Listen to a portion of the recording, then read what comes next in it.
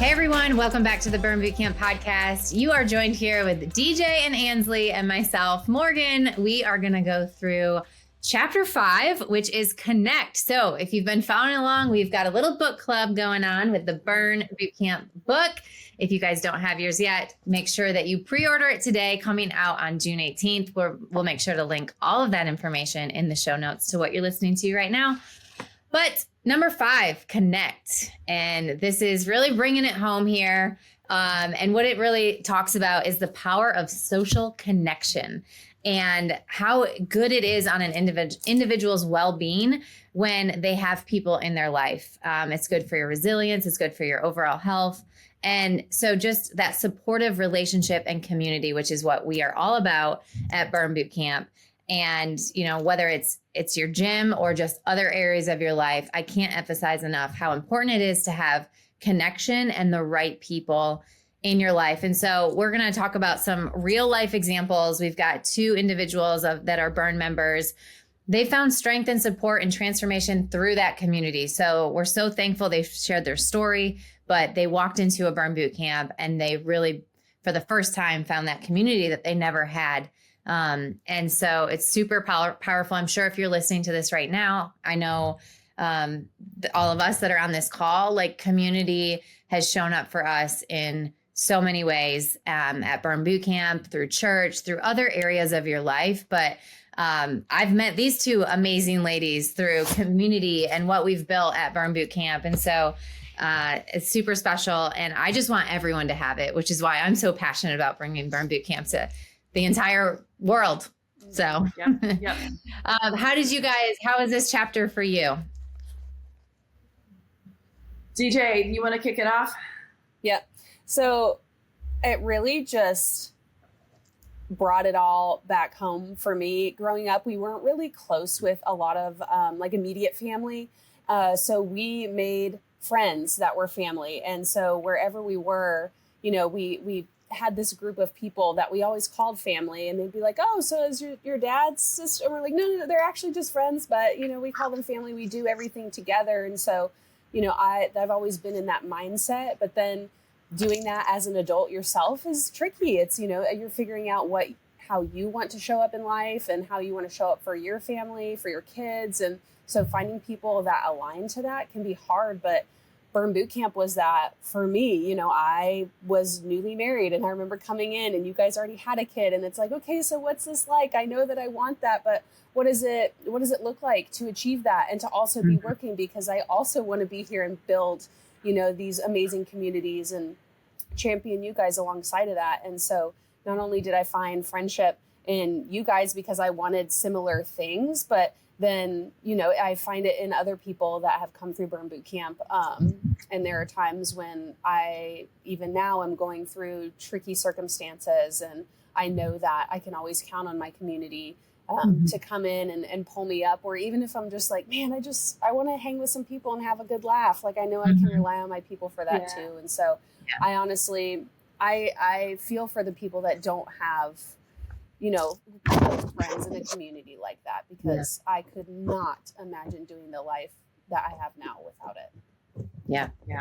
Well said. This was a really emotional chapter I think for a lot of people, not just because of the transformation stories within it, which are truly powerful and somewhat, you know, a little overwhelming. Morgan, you'll dive into those, but it's just, I think it's out of the 5 strategies, for me, it's one of the most important. It is, I mean, it's just as important as movement and nutrition and goal setting. It's just friendship and community are just vital. It's just, you have to be a part of a strong community so that you feel seen, so that you feel held up and supported in who you're trying to become. And it's just, we're all just so much better together. There's no substitute for people who are, you know,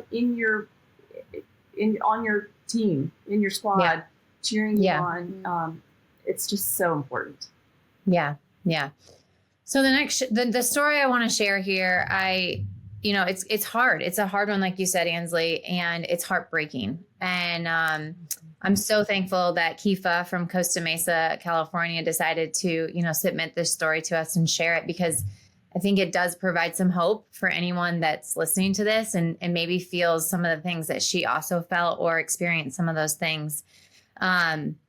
So yeah, this one's hard for me to talk about, but I think it is important. I want to empower and champion Kifa for, sharing this story. But as a young girl, Kifa's childhood was destroyed by sexual abuse by her biological father and stepfather. It was deeply traumatic experience that left a profound scar on her psyche. She says it bothers you all your life. It shattered my sense of safety, trust, and self-worth. Kifa's mother continued isolation and trauma by turning a blind eye, not believing what happened was true. This put an extra burden and hardship on Kifa. She became angry, anxious, and depressed. She learned to disassociate and to just be silent. And that gives me chills across my whole body, because no one should ever have to go through that and then not have, that community and that support to help pull you out of it. Her mother and others piled on with emotional abuse, making her feel as though it was her fault. As a teenager, Kifa got pregnant and lived her life as a single mom, barely making it with no clear path for the future. She was lost. But in 2021, she made the life-changing decision to join one of our locations, merging herself in our experience. Kifa worked out 6 days a week, participated in focus meetings with her trainers, and connected with other members, which was especially hard for her because she was healing from such a violation and being able to trust people. So she was living this life where she didn't trust anybody because she was so betrayed through her father, her stepfather, her mother, her family. But Kifa did not let this define the rest of her life. She learned to value herself and her abilities. She gained strength. She developed so much self-confidence that she enlisted in the Marines and began rebuilding her life and herself for her daughter. Kifa is now working toward becoming an officer. She constantly scores top of her class with 90-pound presses, 25 straight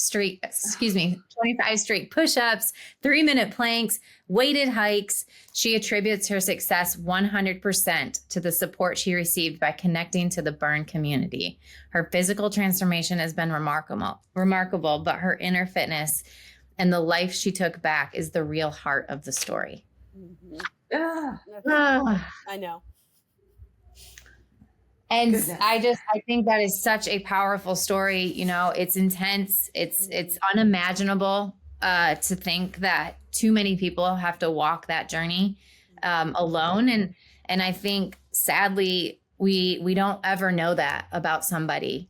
I'm sure if I were to walk up to Kifa, I would never know what was really happening in her heart and her head and the feelings that she was feeling. And I think that's just such a deep reminder for all of us to show up, to show up and play a role in our communities, to give somebody that helping hand, those words of encouragement, because she needed it. Yeah, I just thought it was such an amazing story. And to your point, Morgan, you don't know what people are going through. And so thank you to Kifa for speaking up and saying something, because now somebody is going to feel empowered. Somebody who's walking through the same situation might now find a friend in her, because they don't have those people, and they haven't ever spoken about their situation. And so a big thank you for speaking up and speaking out about your story, because it will impact so many people. Yeah. I think that I talk to people all the time, on this podcast and in camps, that make their way into our gyms because they think they want this physical transformation, and what they end up staying for and finding is what's really, really missing in their lives. And it is this community, it's this connection, it's this support. It's that third place, that sense of belonging. And I think it's easy not to really know how much you need that until you are in a place, hopefully not as traumatic and devastating as where Kifa started out. But it is, when we don't have that human connection, it really is a feeling of just being untethered and just sort of lost and on your own. And when you find it can create this momentum and this miraculous energy in your life that takes you from where Kifa was to where she is now. An incredibly powerful, confident woman, mom, friend, and she's taking care of herself. It's great. Yeah. It's a great story. And I think one thing that does worry me just about the next generation, my children, even myself a little bit, is we're getting a little bit more disconnected through all of the different technology and the platforms that we have. And, I obviously what I can think of immediately is COVID, and we all were isolated. We were all like sent to our homes, and, workers were sent home. And now we've adopted more of that like remote life and just, I'm going to stay in my home. And I think that serves a really great purpose for different reasons. But we can't forget to still go out and seek and find that real human connection and that bond, and that needs to happen through, whether that's not work, it's got to happen through fitness and through friendships. And, as our kids do grow up in a world full of more technology and just having it at an earlier age, you don't want them to be afraid to make phone calls and to like go up and do an interview, and do those things that take a little bit of courage, but it's so important. Those skills are important. And, you need it in times that maybe you go through something. You want that community. You want that bond. It helps us so much to navigate hard times. So I don't know if you feel that way, Ans. You got older kids than me. Deej, yours are younger than me. I think it's something we need to very consciously think about as we're raising our children. Yeah, I agree. It's an effort. It's a balance. Yeah. Yep.